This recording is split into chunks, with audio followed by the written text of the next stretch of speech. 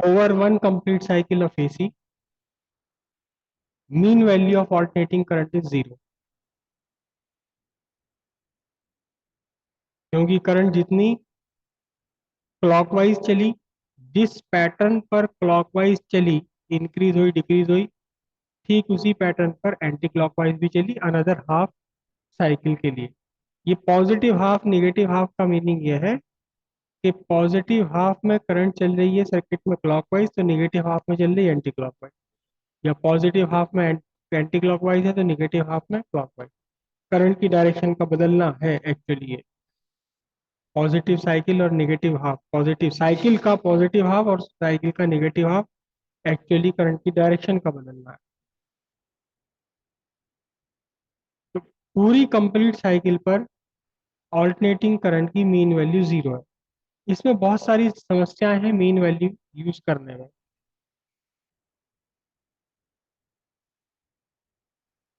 एक बड़ी मेजर समस्या है इलेक्ट्रिक एनर्जी कैसे मेजर करें। इलेक्ट्रिक एनर्जी का formula I square R T या वी इंटू आई। अब यह वन कंप्लीट साइकिल के लिए तो आई की वैल्यू क्या है, जीरो। तो electric energy over one complete cycle कितनी बनेगी, जीरो बनेगी। लेकिन ऐसा नहीं है, ऐसा नहीं है। करंट चाहे सर्किट में आपकी क्लॉकवाइज चल रही है एंटी क्लॉकवाइज चल रही है, करंट को अपना काम करना ही है, इलेक्ट्रिक एनर्जी डेसिपेशन करना ही करना है, एंटी क्लॉकवाइज चले या क्लॉकवाइज चले। जब एंटी क्लॉकवाइज चल रही है तब भी जिस सर्किट में फ्लो हो रही है, अगर आपके इलेक्ट बल्ब में फ्लो हो रही है तो इलेक्ट्रिक एनर्जी का कन्वर्जन हो रहा है लाइट एनर्जी में, हीट एनर्जी में। जब एंटी क्लॉकवाइज चल रही तब भी हो रहा है, जब क्लॉकवाइज चल रही तब भी हो रहा है। लेकिन अगर हम कितनी एनर्जी डेसिपेट हुई ये फाइंड करना चाहें तो आई स्क्वायर आर टी या वी इंटू आई में करंट की वैल्यू कितनी आ जाएगी, जीरो।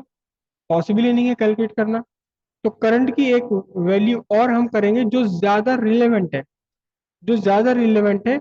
अभी करंट की वैल्यू फाइंड करी, मेन वैल्यू किससे फाइंड करी, द चार्ज से, जो चार्ज फ्लो कराया करंट ने। लेकिन हमें इससे कहीं ज्यादा मतलब, कहीं ज्यादा कंसर्न है कि करंट हमारे लिए करती क्या, सब कुछ सारे जोड़ तोड़ ये सब कुछ अल्टीमेटली किस लिए, ताकि करंट, इलेक्ट्रिक करंट हमारे लिए काम करके जाए। आपने पंखे में इलेक्ट्रिक करंट फ्लो करा रहे हैं ताकि ये पंखा चलाए, आपको हवा लगे। आप अपने एक बल्ब के अंदर इलेक्ट्रिक करंट फ्लो करा रहे हैं ताकि वो इलेक्ट्रिक करंट इलेक्ट्रिक एनर्जी को लाइट एनर्जी में कन्वर्ट करके जाए आपके लिए। तो ज्यादा रिलेवेंस हमारे लिए क्या है कि काम क्या कर रही है, कितना काम कर रही है। इसके लिए हम एक नई वैल्यू फाइंड करेंगे इलेक्ट्रिक करंट की, जिसे बोलते हैं वर्चुअल वैल्यू, इफेक्टिव वैल्यू या root mean square value. Virtual value, effective value या रूट मीन स्क्वायर वैल्यू। अभी हमने क्या किया था कि हाफ साइकिल ऑफ एसी में जितना चार्ज फ्लो कराया ऑल्टरनेटिंग है उतना ही चार्ज फ्लो कराया आपने स्टेडी करंट से। तो ये स्टेडी करंट उस घटती बढ़ती ऑल्टरनेटिंग करंट का मीन वैल्यू हो गया ओवर हाफ साइकिल। लेकिन अब आपको क्या करना है, आप एक सर्किट बनाइए, सर्किट में सोर्स ऑफ ऑल्टरनेटिंग करंट लगाइए, सोर्स ऑफ ऑल्टरनेटिंग ईएमएफ लगाइए, और वन कंप्लीट साइकिल में देखिए कितना इसने हीट जनरेट करी या कितना वर्क करा। सिंपल रेजिस्टेंस है तो सारा का सारा वो वर्क किसकी फॉर्म में आएगा, हीट एनर्जी की फॉर्म में आएगा। सारा का सारा वर्क किसकी फॉर्म में आएगा, वो हीट एनर्जी की फॉर्म में आएगा।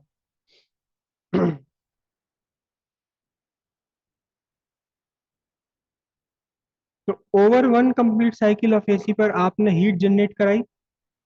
अब आपने उसी सर्किट पर एक सोर्स लगा दिया, स्टेडी ईएमएफ का सोर्स, स्टेडी करंट जो भेजे, और करंट को इस तरह से एडजस्ट करा कि सेम टाइम ड्यूरेशन में, कितना टाइम ड्यूरेशन था जो एसी के लिए one complete cycle of AC capital T time में सेम सर्किट में उतनी ही हीट जनरेट कर दे, उतनी एनर्जी डेसिपेट कर दे जितनी एनर्जी उस घटती बढ़ती एसी ने करी थी। तो अब ये जो स्टेडी करंट है इसे हम कहेंगे effective value of alternating current. ये मीन वैल्यू से डिफरेंट आने वाली है, ये मीन वैल्यू से डिफरेंट आने वाली है। Virtual value, virtual value, value को लिखा जाता है आई सफिक्स में वी, आई वी, और इफेक्टिव वैल्यू, इफेक्टिव वैल्यू, इस इफेक्टिव वैल्यू को शॉर्ट फॉर्म में लिखा लिखा जाता है आई, और सफिक्स में E F F,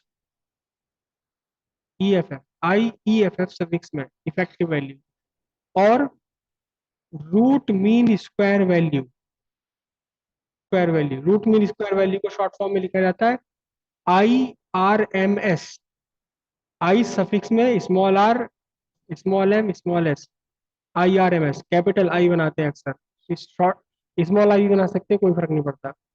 root mean square value of alternating current, तीनों एक ही चीज के नाम है, तीनों एक ही चीज के नाम है, ठीक है। The steady current that would dissipate the same amount of energy, energy को स्लैश लगा के लिख लीजिए हीट, ज्यादातर बुक्स में ये हीट लिखा हुआ है। The steady current that would dissipate same amount of energy or heat in the same circuit in the same time as is dissipated by alternating current over its one complete cycle, instantaneous current in the circuit,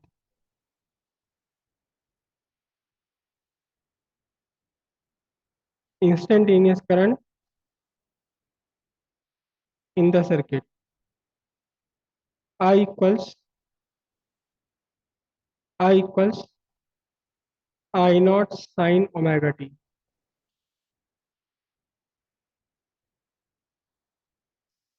small amount of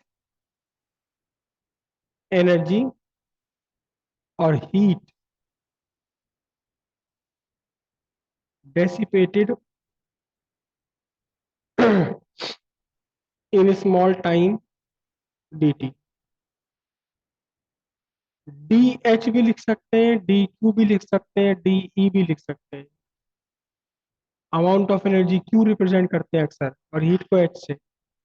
ये हुआ आपका I not sine omega T D T, नहीं नहीं sorry, D H equals I square R T, लेकिन T कौन सा है आपका, स्मॉल टाइम डी टी।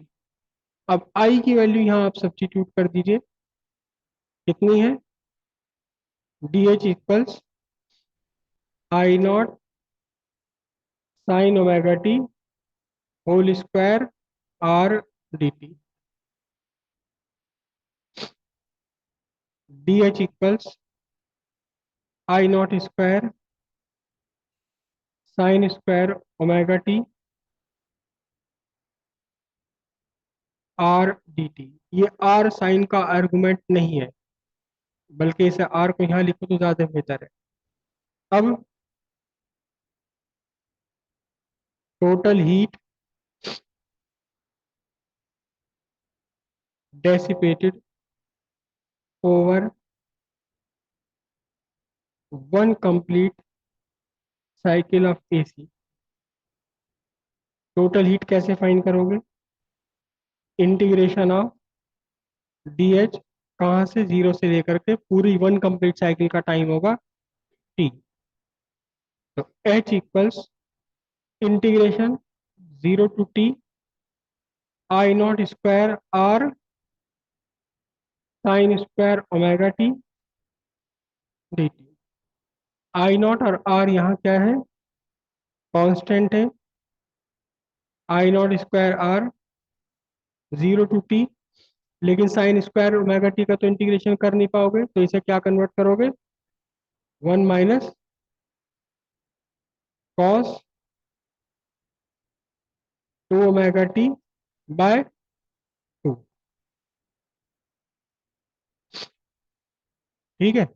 ये मैथमेटिक्स की बात है, इसे क्यों कन्वर्ट करना पड़ता है।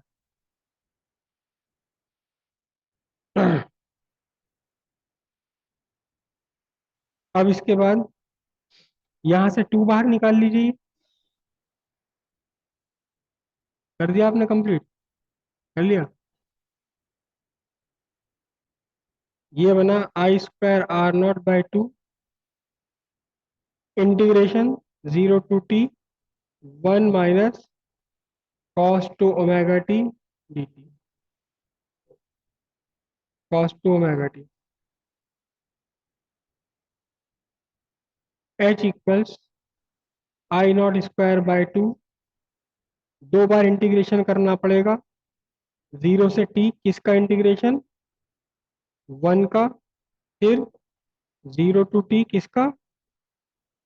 cos 2 ωt का टाइम के रेस्पेक्ट में। h equals I0²/2। कितना बना है? सीधा लिख दूं इसका आंसर, कैपिटल टी। ये कितना बनेगा? एक काम करते हैं, देखो, इसने पार्ट को अलग से सॉल्व कर लेते हैं, क्योंकि ये बार बार पूरी इक्वेशन लिखनी पड़ेगी हमें। है किसी को आइडिया क्या आने वाला है इसका आंसर? चलो अच्छा कर लेते हैं। 0 to t कैपिट 2 cos ωt dt, इसे अलग से सॉल्व कर लेते हैं। क्या था ये? Integration 0 to t cos 2 ωt। ठीक है, तो cos का इंटीग्रेशन क्या बनता है बोलो? माइनस, बोलो, प्लस का ही आएगा, हाँ प्लस साइन 2 ωt/2, 0 से कैपिटल टी तक। 1/2 बाहर ले लिया, साइन 2, और इस ओमेगा को टी को लिखा 2 pi capital T into small T, 0 से लेकर टी तक का। ठीक है, अब 1/2 sine 2 into 2 pi capital T into capital T, minus sine 2 into 2 pi capital T into 0। 1/2 ये क्या बना? Sine 4 pi. ये क्या बना? साइन 0। साइन 4 पाई भी 0 होता है, साइन 0 भी 0 होता है, 0 हो गया। तो अब हम इसे वहीं सब्स्टिट्यूट कर लेते हैं सीधे सीधे अपनी डेरिवेशन में। ये क्या बना यहाँ? कुल मिलाकर आपका 0 रह गया।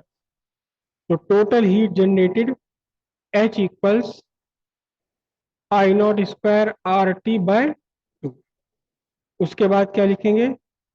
Late IV be the current that would dissipate the same amount of energy or heat as is dissipated by the alternating current over one complete cycle of AC। तो फिर अब आपका हीट कितना होगा? IV²R capital T। Simple steady current के लिए I²RT। ये भी हीट दोनों की दोनों आपस में कैसी हैं? इक्वल है। तो IV²RT इक्वल्स I0²RT/2। तो सिंपली आपका बचा IV/I0, IV equals I0/√2। Value substitute करेंगे तो निकल कर आएगा 0.7707 I0, या फिर IV equals how much? 70.7% of I0। ये आपकी वर्चुअल वैल्यू आ गई। मतलब किसी करंट में, किसी सर्किट में अगर 10 एम्पियर पीक पीक वैल्यू वाली ऑल्टरनेटिंग करंट फ्लो कर रही है, एक ऐसी करंट फ्लो कर रही है जो 0 से 10 एम्पियर तक घटती बढ़ती है, तो उतना ही काम करवाने के लिए आपको कितनी स्टडी करंट काफी होगी? 7.07 एम्पियर की करंट काफी होगी उतना ही काम कराने के लिए। अगर चार्ज का हिसाब लगाना चाहोगे तो 63.7, वो 6.37 एम्पियर वाली करंट काफी होगी। लेकिन जब वर्क, एनर्जी, हीट डेसिपेटेड आप कैलकुलेट करेंगे तो कितनी?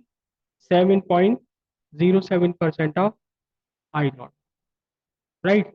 दिस इज वर्चुअल वैल्यू या इफेक्टिव वैल्यू या रूट मीन स्क्वायर वैल्यू आ गई, करेक्ट। अब क्योंकि ये ओवर वन कंप्लीट साइकिल है, तो इसलिए इसमें कंफ्यूजन की कोई बात नहीं रही, इसलिए कोई बात नहीं रही कंफ्यूजन की। ये जो फैक्टर है 70%, 70.7% ऑफ आई नॉट, ये हमारा जो मीटर घर में लगा हुआ वो अपने आप कैलकुलेट कर लेता है। वो अपने आप उसके अंदर इसी तरह की कैलकुलेशन रखी गई है कि पीक वैल्यू की केवल कितनी परसेंट लेता है वो, कैलकुलेशन में, अपने कैलकुलेशन में लेगा 70.7%, और उसके हिसाब से कैलकुलेट करके बताया था कितनी एनर्जी आपने खर्च करी है, उसी की अमाउंट हमें लग जाती है। ठीक है।